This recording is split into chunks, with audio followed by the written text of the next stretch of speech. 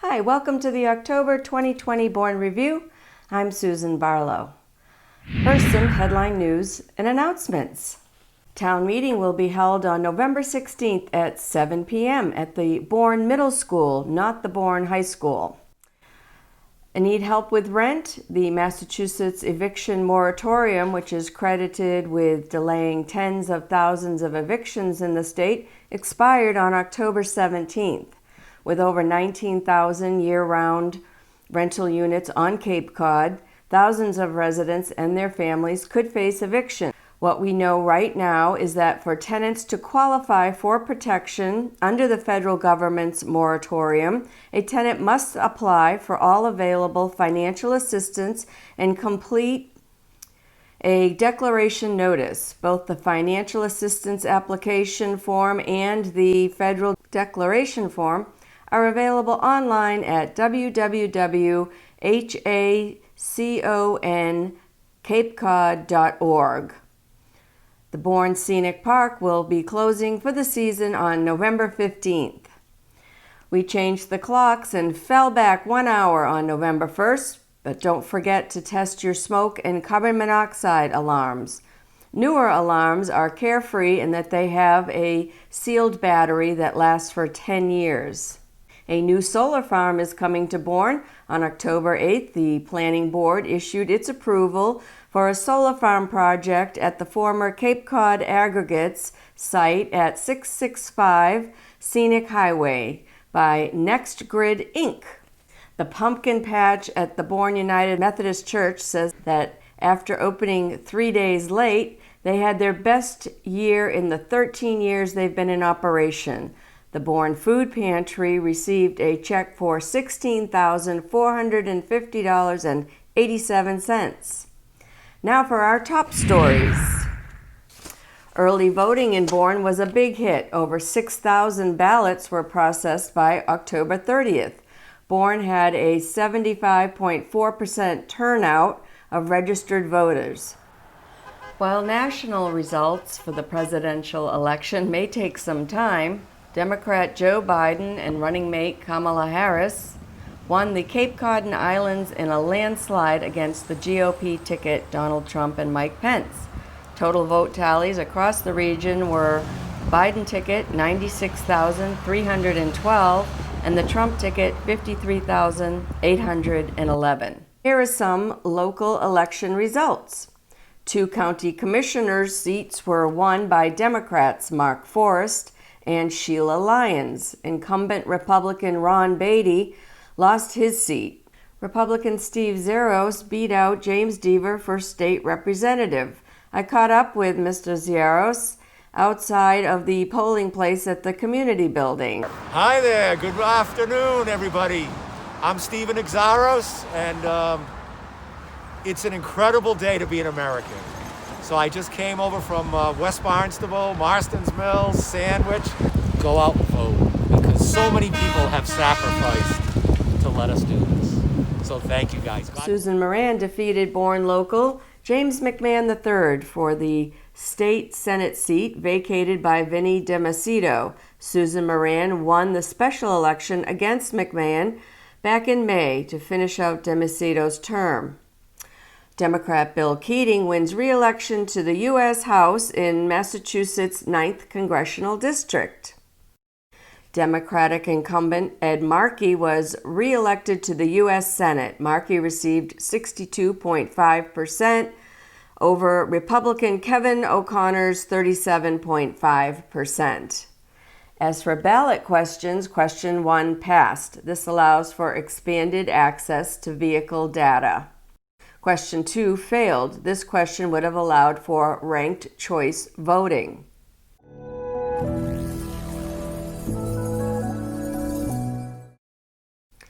Bourne schools started in-person learning. The majority of students returned to the buildings for a hybrid educational model over the past 2 weeks, with the first cohort entering the buildings on October 13th.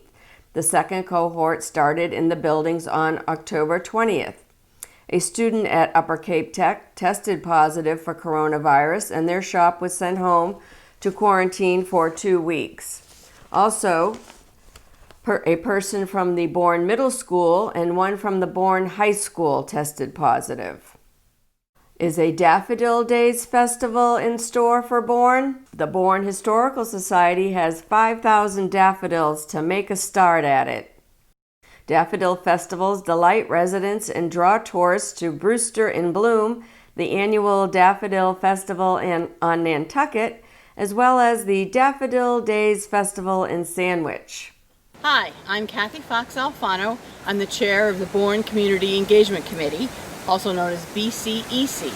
We're a pretty new committee. However, we were formed to do events in Bourne. That's a bit of a problem right now, but I want to tell you about our first project, which is here at Uptuxet. We are sponsoring the Daffodil Days. The Historical Society has bought 5,000 bulbs, which is what we sponsored. They've been planting them this fall, so next spring in April we should have a very cheerful, beautiful exhibit of daffodils that hopefully everyone will look forward to after the miserable winter. Also, we're looking for new applications. If any nonprofit group has an idea for an event, please let us know at bcec@townofbourne.com. We'd love to help you figure out if your application will qualify and how we can help make Bourne a better place to live. Thanks. We are out here at Uptuxet planting daffodil bulbs. We got a grant from the Bourne Community Engagement Committee. I think it was the first grant they awarded. For $2,000, we spent every cent of it on daffodil bulbs. The garden club is here today working, but lots of people have come and worked, and it is going to be so beautiful in the spring. They've done all along these rocks here. They're doing the front. You can see Jan Casiello down there right now. It's exciting. We want to upgrade the gardens here. So we've got the Colonial Garden, which the garden club has been taking care of for years, and we're very well known for that, and it's an unusual thing. Now we've got the Three Sisters Garden, the Native American, again, an unusual garden, and we're becoming known for these things. So then within the last, say, maybe 3 or 4 years, we got ourselves involved in the Hydrangea Festival. So we now have hydrangeas here. So over these past 4 or 5 years, we've really tried to update the gardens. People can come here and just walk around, and hopefully this will spread around town. If we start the festival next year, as a daffodil festival, hopefully next year then lots of people will order bulbs, and we can, have Bourne Village be a daffodil festival destination. And that will really help the town of Bourne, I think. And of course, Uptuxet, our first love here. We're really concentrating up here in the front, around the windmill, around the train station, and we're gonna do a lot out by the road, out by our sign, and then we're gonna go back and put them on the canal. So that will be kind of random, and there'll be some random ones around in other places as you walk back, so that will be able to walk the whole property, and there should be daffodils visually, visible from everywhere. Margaret McCahill is restoring the historic windmill on her property known as the Macomber Mill, once called the largest windmill on Cape Cod. I'll just start by saying that this is the replacement wind vane that I'm making for the, I think, 250-year-old windmill here that's, I think, originally called the Macomber Mill. It was brought from Fairhaven. So I wanted to make more or less a reproduction of what was there, but we can't really remember exactly what it was like, but I would say it was pretty much like this, with the exception of the bird, the turtle, and the snake. My understanding, used in the whaling industry, again, to make harpoons. I did some research at the New Bedford Whaling Museum, and there are all kinds of harpoon tips that they made, and this one was sort of the least, I didn't want to have something that looked really bloody and dangerous, and so I wanted to get away from that.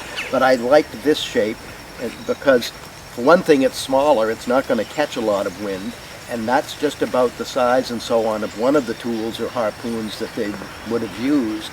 And then I came up with the design for the feather on the arrow, and it's just making a bunch of them, and I realized that these long pieces that come off the back add a lot of character to it, and I put some little curves on here, sort of kind of like water a little bit, but anyway, it looked very historic to me. It's probably not something that would just come out of my head, but this is what evolved. And the shaft is some wood that I've had hanging around. I think it used to be some posts from old army tents back in the Second World War that I picked up somewhere and never used, and I think that it's probably fir. And the rest is aluminum. This piece of tubing that goes over the iron bar, and this iron bar is similar to the one that's on the top of the mill for 250 years.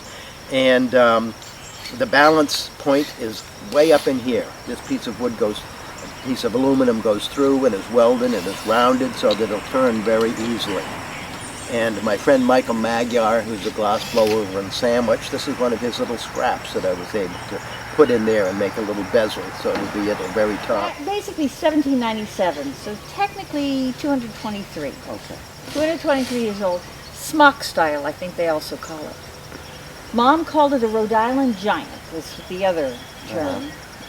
And I read in the books that it's either 40 feet high, some other book said 50, I don't think so. I think 40 is probably more like it. It's, the dome, I'm not sure, it turned so that the wind vanes would make the dome turn, and that would help spin, turn toward the wind, and that would spin the center shaft to get the millstones going. So it was... Be interesting to know what adaptations they made to actually use it as a machine shop for working in iron and steel. To sharpen harpoons. I believe the roof has leaked. Certainly when we first moved here, in 1969 it was leaking a lot. It's only gotten worse. And squirrels kind of occupied the third floor. And so, it just seemed time, because I don't want her to die on my watch, our watch, our house. I just would feel terrible. But there were beams in there, 13 by 14 inches and 35 feet long, 8 beams that do that. And then there are beams that go across on the ceiling. So, and they have powder post beetles in them. I'm quite sure how this is all going to get done, but little by little. That is a brand new roof. They took off 4 layers, and I believe that that first layer went on in 1905. So this is its 5th set of shingles.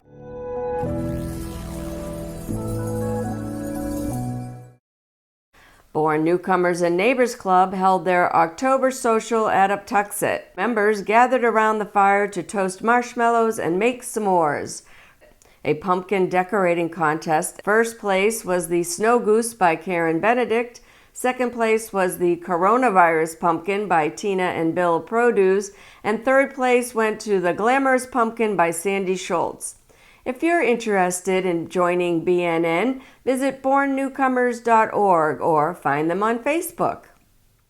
October 30th, in spite of very cold temperatures, wind, and believe it or not, a snowstorm, the Bourne Rec Department held a drive-through trunk-or-treat event for kids at the Bourne DPW parking lot. BTV had the theme of Dr. Seuss characters. A book signing was held at the Uptuxet Gift Shop on October 10th for local author Amy Burgess McGee and her new book, Hope Abandoned. Based on a true story, Hope Abandoned explores the inevitable conflict between old-fashioned New England tradition and the transformative ideals of the growing suffragist movement. I couldn't get into the head of the main character. Besides Hope, the main character is her mother, my great-grandmother, Edith. And she misbehaved back in the turn of the century, in the early 1900s. She misbehaved. And in our family, we knew her to be somebody who misbehaved. And I kept writing the story as if she was a woman who misbehaved, and it wasn't gelling, because I knew if the reader didn't love her, it wasn't going to work. And I also knew that I needed to love her and understand why she misbehaved and why she ended up in the situation she ended up in. So then I started the research process. I kind of threw away everything that I had at that point and just started the research process, which took, I'm going to say, at least 5 years, maybe longer. And I thank Sturgis Public Library greatly for that, because their online resources are phenomenal.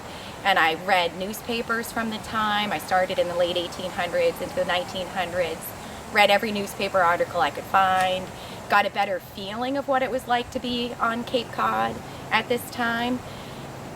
And all of a sudden one day I woke up and it was just kind of out of nowhere. I thought, oh my God, Edith is a feminist. She was trapped in her life. She didn't have the choices that I have the liberty of having at this point in time. And she had to misbehave. I'm not forgiving people's actions, but it's better if you understand where they're coming from, why they do what they do. And it all just gelled at that point. Here's what's happening downtown. A ribbon-cutting ceremony was held on October 8th for TLC Private Home Care Services, located at 25 Main Street in Buzzards Bay.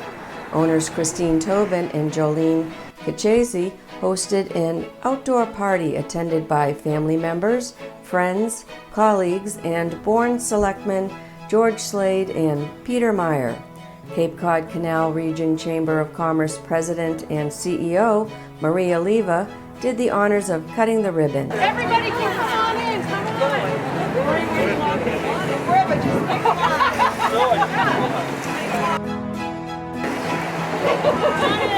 I'll be down in Henry holding the football. Anybody else want to be in the photo?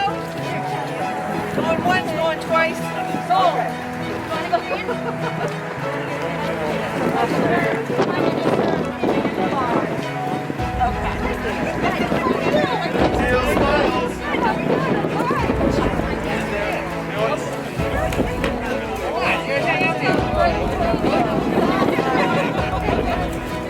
Okay, everybody. I appreciate everybody being here today.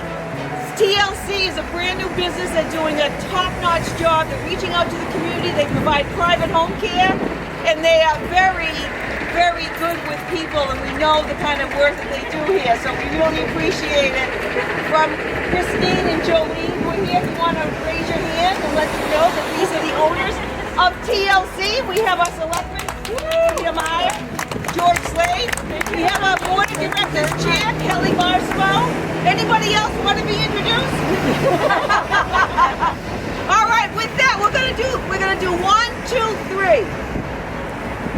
1, 2, 3.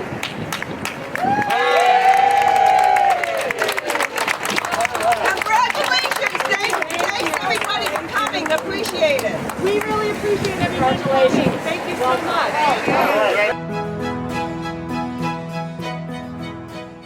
Construction on the Calamar Apartments, although appearing to have paused over the past several weeks, is said to still be on track to open the summer of 2021. Water damage to the ceiling of an upstairs room was discovered this past spring at St. Peter's Episcopal Church. Investigating the cause of the leak uncovered damage to the steeple resulting from past storms. The only way to repair it was to remove the steeple to make the repairs. On October 21st, a crane placed the steeple back atop the church. Progress has been made on the Mass Maritime Academy's new parking lot in front of the Hampton Inn. An apartment building on Main Street is under construction and will result in 4 apartments inside the building. Here's what's happening at the library. The Library Mystery Book Club is reading American by Day by Derek Miller. Join the discussion by Zoom on November 19th at 6:30 p.m. Call the library for a Zoom link at 508-759-0600, extension 6105. Tyke Hike will be held Thursdays, November 5th, 12th, and 19th. Preschoolers and older from 9:30 a.m. to 10:15, and strollers and toddlers from 10:30 a.m. to 11. Locations will be announced by email to registered families. To register, go to www.bournelibrary.org. Here is an update on COVID-19. Governor Baker announced a new stay-at-home advisory will begin on November 6th. In order to comply with this advisory, between the hours of 10 p.m. and 5 a.m., you must only leave home to go to work or school or for essential needs, such as seeking a medical emergency care, going to the grocery store or pharmacy, picking up takeout food, or receiving deliveries. If you do leave home, practice social distancing by staying 6 feet away from others and wearing a face covering. Not have gatherings in your home with anybody outside of your household. Comply with all governor's orders, including orders requiring face coverings, limiting gatherings, and mandating early closure of businesses. Practice social distancing and avoid touching surfaces frequently touched by others if you go outside to get fresh air. Use remote models of communication like phone or video chat instead of visiting friends or family. Taking these steps is critical to preventing the spread of the virus. Here are the current coronavirus numbers in area towns as of October 29th. Barnstable has 539 total cases, 32 new cases in the previous 2 weeks. Bourne has 227 total cases, 15 new cases in the previous 2 weeks. Falmouth has 296 total cases, 10 new cases in the previous 2 weeks. Mashpee has 97 total cases, 8 new cases in the previous 2 weeks. Plymouth has 923 total cases, 79 new cases in the previous 2 weeks. Sandwich has 138 total cases, 8 new cases in the previous 2 weeks. And Wareham has 299 total cases, 35 new cases in the previous 2 weeks. Visit mass.gov for daily COVID updates. For detailed information about COVID cases in Bourne, visit townofbourne.com. Click on the COVID-19 update and then Bourne Weekly Dashboard. And call 211 if you feel ill or need help with testing. Nursing Home Family Resource Line at 617-660-5399 is a dedicated phone line to connect family members with nursing home and rest home residents with the information and resources they need. Mental health issues related to our lockdown and the pandemic are especially hard for people with depression. NAMI, the National Alliance on Mental Health, have a 24-hour helpline at 800-950-6264. And here's an update on services. iSwim is open 6 days a week. It is closed on Tuesdays. Hours of operation are 7 a.m. to 3 p.m. and Dorothy's remains closed. A hazardous household waste collection event was held on October 17th at the Bourne landfill. Cars and pickup trucks lined up for this drive-through event, eager to safely dispose of their pesticides, oil paints, stains, pool chemicals, lawn chemicals, etc. There was also a shredding truck at the site. 2 boxes per person were allowed to be dropped off for shredding. Bourne TV filmed some of the Council on Aging's popular exercise programs for seniors, so in this cold weather you can work out at home and keep fit. Check out the latest programs such as Senior Chair Exercises with Sherry Best, Zuma Fitness Gold with Michelle Timmis, or Yoga with Linda Sheldon.